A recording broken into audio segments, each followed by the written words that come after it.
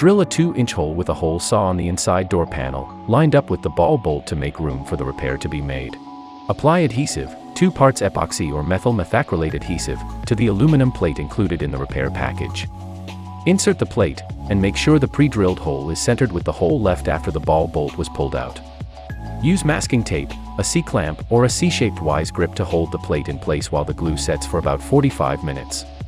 Use Fiber Putty, not provided, or some of the adhesive used in Step 2 to fill the gap between the plate and the top of the fiberglass surface. Line up the ball bolt in the plate's pre-drilled hole, screw the serrated flange nut to the ball bolt and tighten it up. Wipe the extra putty or glue around the washer and let everything set for about 2 hours. Wait at least 4 hours before reinstalling the gas strut back on the ball bolt in order for the glue, or putty to reach 90% of its full strength before putting pressure on the ball bolt. Cover the 2-inch hole with the plastic cap provided in the repair package.